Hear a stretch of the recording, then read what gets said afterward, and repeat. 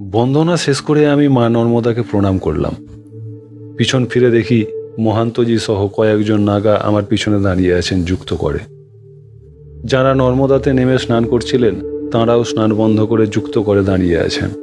শুধু এরা নন, সমুদ্র হিমাচল জুড়ে সমস্ত হিন্দুই বেদমন্ত্রকে এই রকম শ্রদ্ধা করে। সকলেই অন্তর দিয়ে বিশ্বাস করে যে বেদ স্বয়ং পরমেশ্বরের বাণী। প্রসন্ন হাসি হেসে মহান্তজি আমার একটা হাত জড়িয়ে ধরে বামদেবের মন্দিরে নিয়ে এলেন। সকাল 7টায় আমরা কাকরানার মন্দির হতে যাত্রা করলাম।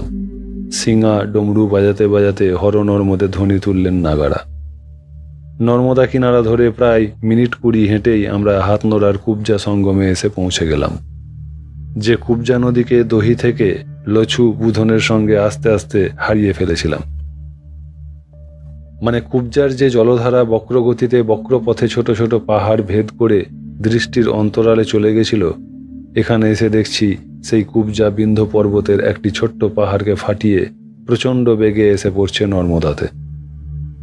সঙ্গমস্থলেই জলের মধ্যে রয়েছেন কুবজেশ্বর মহাদেব। মহান্তজি দেখালেন শিবলিঙ্গাকৃতি একটি প্রস্তরের উপর ঝমঝম শব্দে গর্জন করতে করতে পড়ছে কুবজার জলধারা। অজস্র সাদা ফেনা উপর দিকে ছিটকে পড়ছে।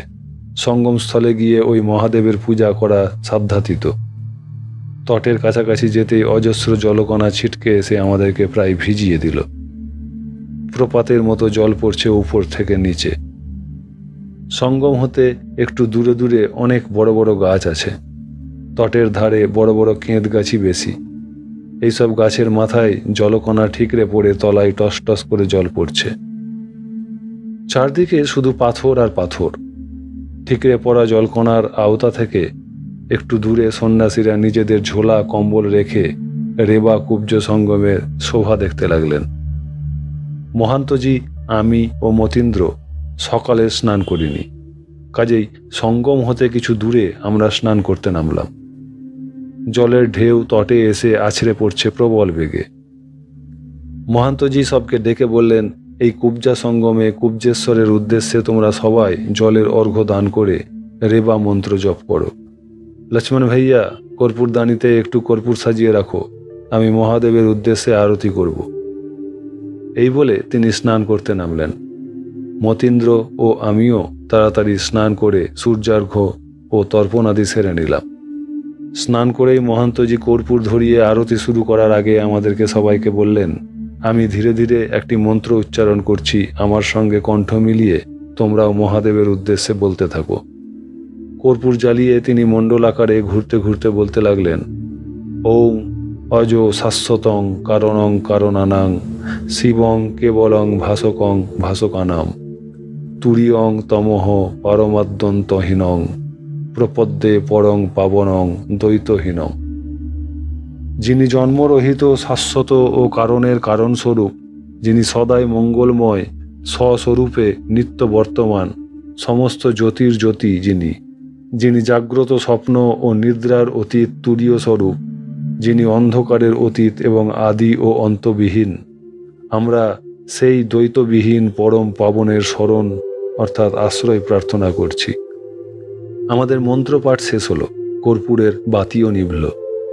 আমরা পুনরায় সাষ্টাঙ্গে প্রণাম জানিয়ে যাত্রা শুরু করলাম। এখানে কুবজা নদী অতিক্রম করা সম্ভব নয়। বেশ প্রশস্তকারে নর্মদাতে এসে মিলিত হয়েছে। লক্ষণ ভারতীজি আমাদের পথ প্রদর্শক। তিনি ডান দিকে বাঁক নিয়ে চড়াইয়ের পথে উঠতে লাগলেন। এবড়ো খেবড়ো পাথরের উপর মানুষের চলার দাগ লক্ষ্য করে তিনি হাঁটতে লাগলেন। গাছপালার সংখ্যা ক্রমেই বাড়ছে দেখলাম। ঘন বন ক্রমশই উঠে গেছে পর্বতের উপর দিকে। বেশ কতকটা উপরে উঠে এসে নিচে কুবজা সঙ্গমের দিকে তাকালাম। সঙ্গমের কাছাকাছি তটের উপরে যে কেঁদ গাছগুলি দেখে এসেছিলাম, সেগুলির ভিজা পাতায় সূর্যকিরণ পড়ায় চিকচিক করছে। বড় সুন্দর দেখাচ্ছে। আরও কিছুটা এগিয়ে দুপাশে ঘন জঙ্গলের মধ্যে কুবজার জলধারা প্রবল বেগে বয়ে যাচ্ছে দেখতে পেলাম নর্মদার দিকে। কুবজার বিস্তৃতি এখানে বেশি নয়, বড় জোর 3 বা 3.5 ফুট হবে। লক্ষণ ভারতীজির দেখা দেখি আমরা সবাই ডিঙিয়ে পার হয়ে গেলাম। এবার নামতে লাগলাম নিচের দিকে। প্রায় উত্তরাই পথে 15 মিনিট হাঁটার পর আবার নর্মদা কিনারে এসে পৌঁছালাম। এইসব অঞ্চলের প্রাকৃতিক দৃশ্য বড় মনোরম। বন ছাড়িয়ে উঁচু নিচু মাঠ, মাঠ ছাড়িয়ে আবার ছোটখাটো বন, আবার মাঠ, মাঝে মাঝে পাথর ছড়ানো গ্রাম। আমরা আবার একটা সঙ্গম স্থলে এসে পৌঁছালাম, প্রায় ঘন্টা দেড়েক হেঁটে। লক্ষণ ভারতী জানালেন এই স্থানের নাম মান সঙ্গম। মান নামক একটা ছোট পাহাড়ি নদী এখানে এসে নর্মদার সঙ্গে মিলিত হয়েছে। কুবজা নদীর মতো মান নদী খাড়া হয়ে জলপ্রপাতের আকারে পড়ছে না, তীর তীর করে বয়ে চলেছে গাছপালা প্রান্তর ডুবিয়ে। তীর তীর করে বয়ে চলেছে গাছপালা প্রান্তর ডুবিয়ে। জল হাঁটুরও নিচে, স্রোত প্রবল নয়। আমরা লাঠি ঠুকে ঠুকে জলের নিচে ছোট ছোট পাথরে ঠক্কর খেতে খেতে মান সঙ্গম পেরিয়ে এলাম। প্রায় 1 ঘন্টা পাহাড়ি পথে হেঁটে আমরা পৌঁছে গেলাম বড়ালদা গ্রামে। গ্রামের মধ্যে দূরে দূরে কিছু কিছু বাড়িঘর দেখা যাচ্ছে। ভিলদের সম্বন্ধে মহান্তজির অ্যালার্জি আছে, তা জানেন বলে লক্ষণ ভারতী আগে ভাগেই জানালেন এখানে ভিল নাই, এদিকটায় এবং এর পরের মহল্লা সিমরদাতে শুধু হো এবং ওয়াঞ্চিদের বাস। এরাও অভাবী বটে, কিন্তু লুটেরা নয়। হাড় ভাঙা পরিশ্রম করে এরা পাথর ভেঙে মোটা মোটা কালো জংলি জটা ধান ও বাজরার চাষ করে। সরকার থেকে সম্প্রতি আদিবাসী সংরক্ষণ সমিতির মাধ্যমে এরা চাষবাসের জন্য সাহায্য পায়। ক্রমশ বড় বড় শাল, বাড়ম, বেল, অশ্বত্থ, কেঁদ প্রভৃতি গাছের প্রাদুর্ভাব যেন বেশি বলে মনে হচ্ছে। সূর্যের দিকে তাকিয়ে মনে হলো বেলা বোধহয় 12টা বাজতে যায়। এই মধ্যাহ্ন রৌদ্রে দেখলাম মহান্তজির যেন ভাবোচ্ছ্বাস দেখা দিল। তিনি সহসা গলা ছেড়ে নর্মদা মাতার ভজন শুরু করে দিলেন।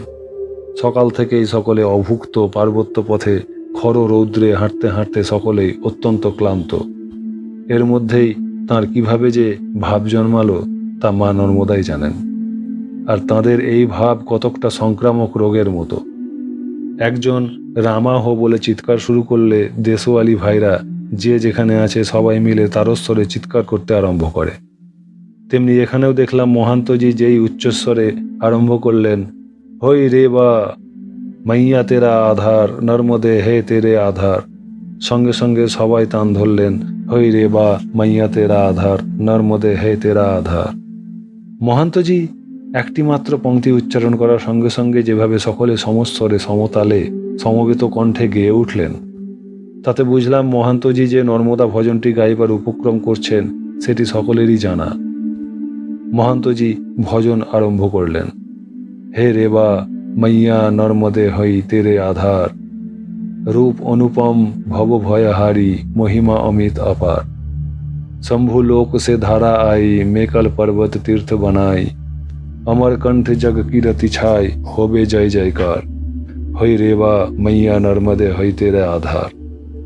शंकर तुम्हें महावरदान है, तुम कंकर को शंकर समकिन है, भक्तन को निज सेवक चिन्हे, किया जगत उद्धार, मातु नर्मदे तुम्हें मनाऊं, तुम्हारी की रूपा विमल मति पाऊं, शिव सरिते तेरे गुण गाऊं, कर दे बेरा पार, है रेबा मैया नर्मदे हई तेरे आधार। ভজন করতে করতে সকলের মধ্যে যেন জোশ অর্থাৎ নূতন শক্তি ও উদ্দীপনা জেগে উঠেছে। চলার গতিও যেন সকলের বেড়ে গেছে। চলতে চলতেই তারা পায়ে এবড়ো খেবড়ো পাথরের উপরে তাল থুকতে থুকতে ঝংকার তুললেন, হই রেবা হই মাইয়া। শ্রমিকরা যেমন কোনো কঠিন গুরুতর কাজ করতে করতে মাঝে মাঝে বলে ওঠে, হেই মারো মারো টান হেইও, তেমনি এরাও মাঝে মাঝে এক একটি স্তবক শেষ হলেই সমবেত কণ্ঠে গমকে গমকে ঝংকার তুলছেন, হই রেবা হই মাইয়া মাইয়া হো। আমি এই ভজন শুনিনি, মুখস্থও নাই। রৌদ্রের তাপে ক্লান্ত হয়ে পড়েছি বলে কোনো রসও পাচ্ছি না। কিন্তু অপর বঙ্গ সন্তান মতীন্দ্রকেও দেখছি তিনিও নাগাদের সঙ্গে সমান তালে মেতে উঠেছেন। প্রায় ঘণ্টাখানিক পরে ভজনও শেষ হলো। লক্ষণ ভারতীও চেঁচিয়ে বললেন, ইয়ে অকালবাড়া হ্যায়। মহান্তজি বললেন, এখানে 2-4টে ঘর বাড়ি দেখা যাচ্ছে, জঙ্গলও তত ঘন মনে হচ্ছে না, কাজেই আজকের মতো এখানেই যাত্রা বিরতি করা হোক। সঙ্গে সঙ্গে সকলেই যে যার ঝোলা কম্বল রেখে মহান্তজিকে আড়াল করে এক একটা গাছের আড়ালে বসে গাঁজাতে দম দিতে মনোনিবেশ করলেন। বেচারারা কিন্তু আরাম করে সুখটান দিবার সুযোগ পেলেন না। লক্ষণ ভারতীজি সকলকে তাড়া দিয়ে জ্বালানি কাঠ সংগ্রহের জন্য কয়েকজনকে সঙ্গে নিয়ে গেলেন এবং কয়েকজনকে লিট্টি পাকানোর কাজে নিয়োগ করে বসলেন। মহান্তজি, মতীন্দ্র, আমি এবং দুজন পণ্ডিত মশাই, এই 5 জন বাদে আর সকলেই যে যার কাজে ব্রতী হয়েছেন। আমরা একটা অশ্বত্থ গাছের তলায় বসে আছি। এমন সময় একজন পাহাড়ি লোক আমাদের কাছে এসে মহান্তজিকে বললেন, গোর লাগি মহারাজ, কাহা সে আ রহে? মহান্তজির মুখ শুকিয়ে গেছিল তাকে দেখে। তার মুখে হিন্দি বুলি শুনে তিনি নিশ্চিন্ত হলেন যে লোকটা ভিল নয়। তিনি হেসে তার পরিচয় জিজ্ঞাসা করলেন। লোকটি জানালো যে সে এই গ্রামেরই লোক, ওয়াঞ্চি। তার গায়ে 30 ঘর ওয়াঞ্চির বসতি। মহন্তজি জিজ্ঞেস করলেন, ইধার কোই শিবজি কি মন্দির নেই? লোকটি তাদের কুটিরগুলির দিকে আঙুল বাড়িয়ে বলল, আমাদের কুটির পেরিয়ে একটি শিব মন্দির আছে, তবে বহু পুরনো পাথরের মন্দির। তবে কতকাংশ ভেঙে ভেঙে পড়ছে। আমরা গরিব আদমি মন্দিরের মেরামত করতে পারছি না। ওই মন্দিরে করপাত্রী বাবা থাকেন, বিলকুল নাঙ্গা। শীত, গ্রীষ্ম, বর্ষা সর্বকালেই তার একই বেশ। যখন যা জোটে তা হাতেই গ্রহণ করে ভোজন করেন। কোনোদিন যদি কিছু না জোটে তাহলে সেদিকে কোনো ভ্রুক্ষেপ করেন না। পৌঁছে হুয়ে মহাত্মা হ্যায়। ইধার বাঘ ভালু আদি জানোয়ার কা কোই ডর হ্যায়? মহন্তজি জিজ্ঞেস করলেন। उत्तर पाया गया, है तो जरूर। ये सुलपानी झाड़ी में बाघ, भालू, चीता, लेपर्ड सब कुछ है। पहले पहले हर रोज लेपर्ड आता था। गांव, भैंस, बाल बच्चा को लिए बहुत खतरनाक था। कितना लड़के को विनाश भी किया।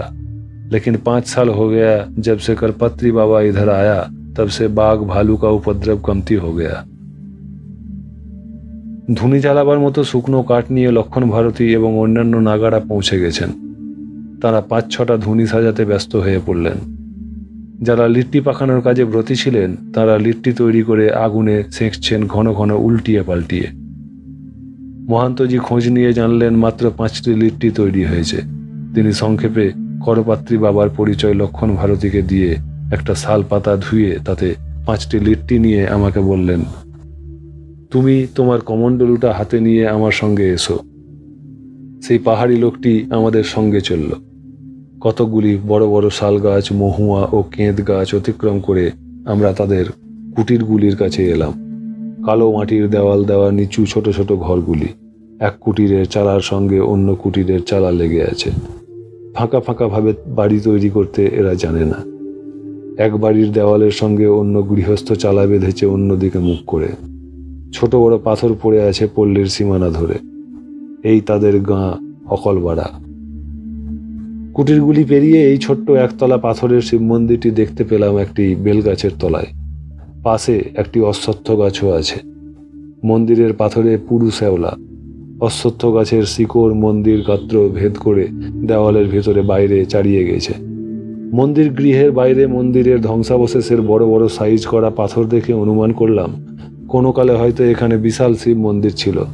মণ্ডপ, ভোগ, গৃহ, নাট মন্দির ইত্যাদি ছিল। শিবের ঘর বলে যেটি দেখতে পাচ্ছি এটা হয়তো ছিল সেই বিরাট শিব মন্দিরের গর্ভগৃহ।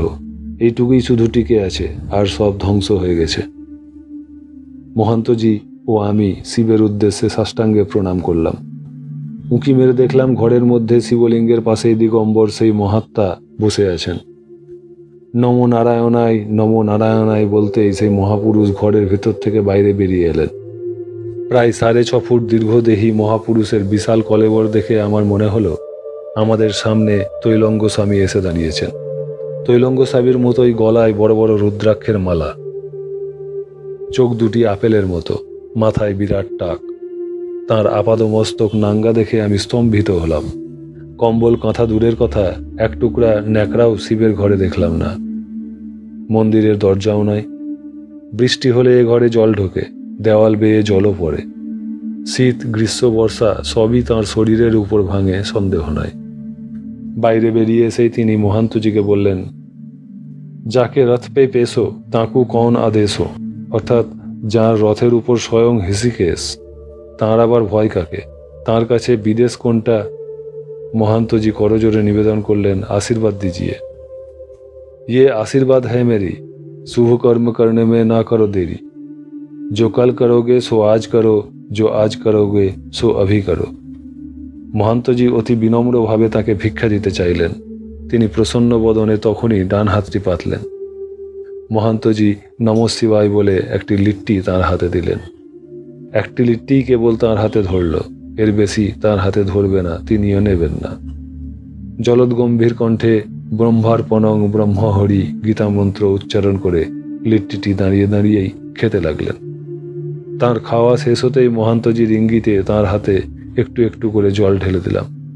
তিনি জল পান করে মহান্তজিকে বললেন, শাল পাতার বাকি 4টি লিট্টি আমাদের পথপ্রদর্শক সেই ওয়াঞ্চি লোকটিকে দিয়ে দিতে। মহান্তজি লোকটির হাতে খাবার দিতেই করপাত্রী বাবা বলে উঠলেন, নমঃ শিবায় বলো বেটা, নমঃ শিবায় বলো।